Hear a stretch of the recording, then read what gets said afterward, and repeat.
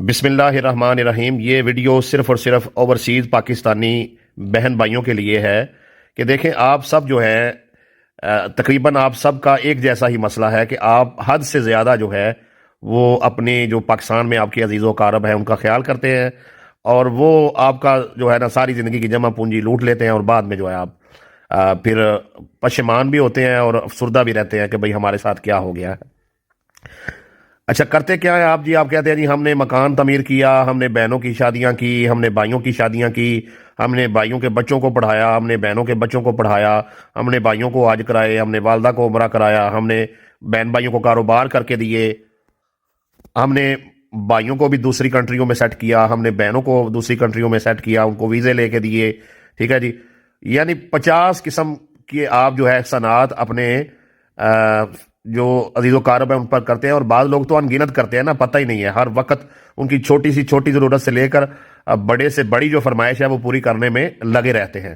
اب آپ غلطی کہاں پہ کرتے ہیں وہ ایک نقطہ جو ہے اس ویڈیو میں نے آپ کو سمجھانا ہے۔ اگر یہ ایک لائن آپ کے ذہن میں بیٹھ گئی نا تو آپ کو سارا جو ہے معاملہ سمجھ آ جائے گا، اور جو ابھی گئے ہیں اوورسیز پاکستانی ہیں ان سے میں یہ کہوں گا کہ آپ پاکستان میں اپنا بھی ایک اکاؤنٹ جو ہے وہ اگر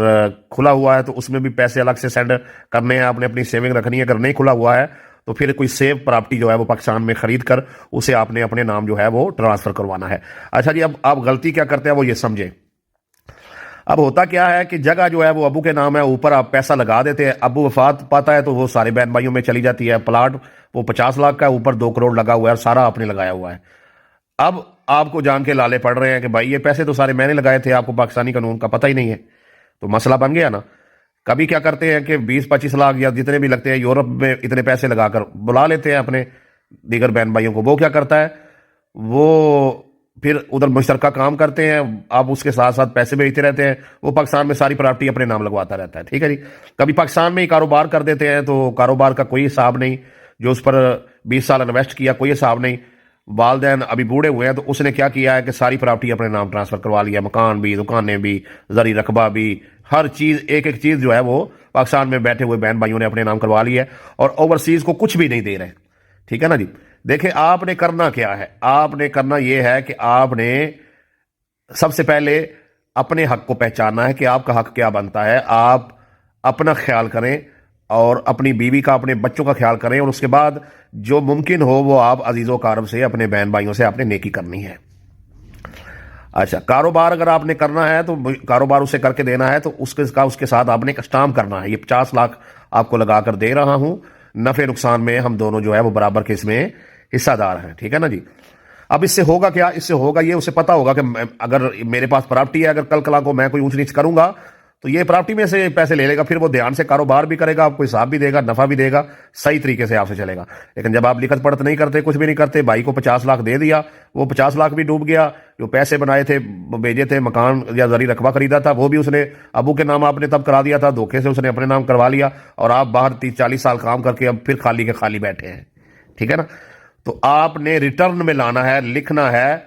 آپ نے کوئی چیز جو ہے وہ بغیر لکھے بڑی اماؤنٹ جو ہے وہ اپنے عزیز و اقارب کو نہیں دینی۔ ہو سکتا ہے آپ کو میری باتیں بری لگے، کہے کہ یار یہ منیر جو ہے کیسے عجیب مشورے دے رہا ہے، ہمیں کہہ رہا ہے بھائیوں سے اسٹام کرو، بہنوں سے کرو، بھلا یہ بھی کوئی کرنے والی بات ہے؟ میں تو کہتا ہوں کہ آپ کوئی بڑی اماؤنٹ اگر 50 لاکھ آپ مکان پر لگانے کے لیے ابو کو دیتے ہیں تو اس کو بھی لکھ لیں، ٹھیک ہے نا۔ یہ تو نہیں ہے کہ ادھر 5 بہن بھائی پاکستان میں ہڈرامی کریں، بیٹھے رہیں، نہ کوئی کام کریں، نہ کوئی روزگار کریں، بس فری میں بیٹھ کے باہر جو بھائی 18 گھنٹے کام کر رہا ہے اس کے ساری زندگی کی کمائی کھا جائے، اور بعد میں وہ مکان بھی جو ہے وہ 5 اپنے نام لگوا لیں اور باہر والے بھائی کو کچھ بھی نہ دیں۔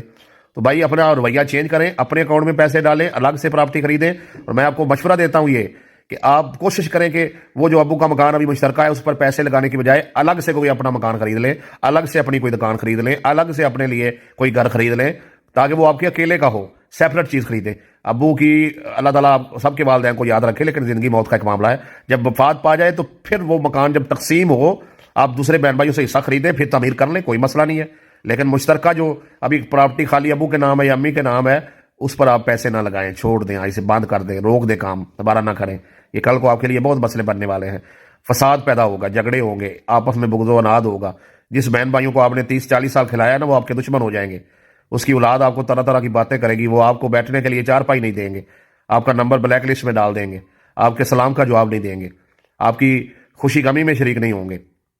آپ کے پاس آپ کے ساتھ کوئی بڑا حادثہ ہو جائے گا تو آپ کو کال کر کے آپ کا حال تک نہیں پوچھیں گے. آپ پاکستان نہیں جائیں گے تو آپ کو منہ نہیں لگائیں گے. یاد رکھیں یہ سارے مسائل تب پیدا ہوں گے جب آپ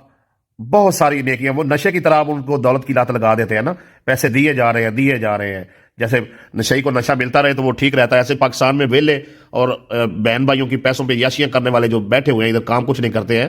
وہ آپ کو کھاتے رہیں گے لوٹ کے. جب پیسے دینے بند کریں گے تو وہ جیسے کسی نشئی کا نشہ بند ہو جاتا ہے تو وہ آگے سے پھر جیسے اس کی حالت ہوتی ہے ویسے ہی آپ کے بہن بھائیوں کی ہو جائے گی.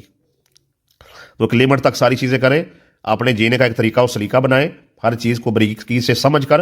مشورہ کر کے دائیں بائیں پھر فیصلہ کر کے یہ زیادہ اماؤنٹ جو ہے وہ انویسٹ کیا کریں تاکہ آپ کا مستقبل بہتر رہے، آپ کے بیوی بچوں کا مستقبل بہتر رہے. اور جب آپ یہ سب کریں گے تو یہی بہن بھائی آپ کی عزت بھی کریں گے، آپ سے اچھا سلوک بھی رکھیں گے.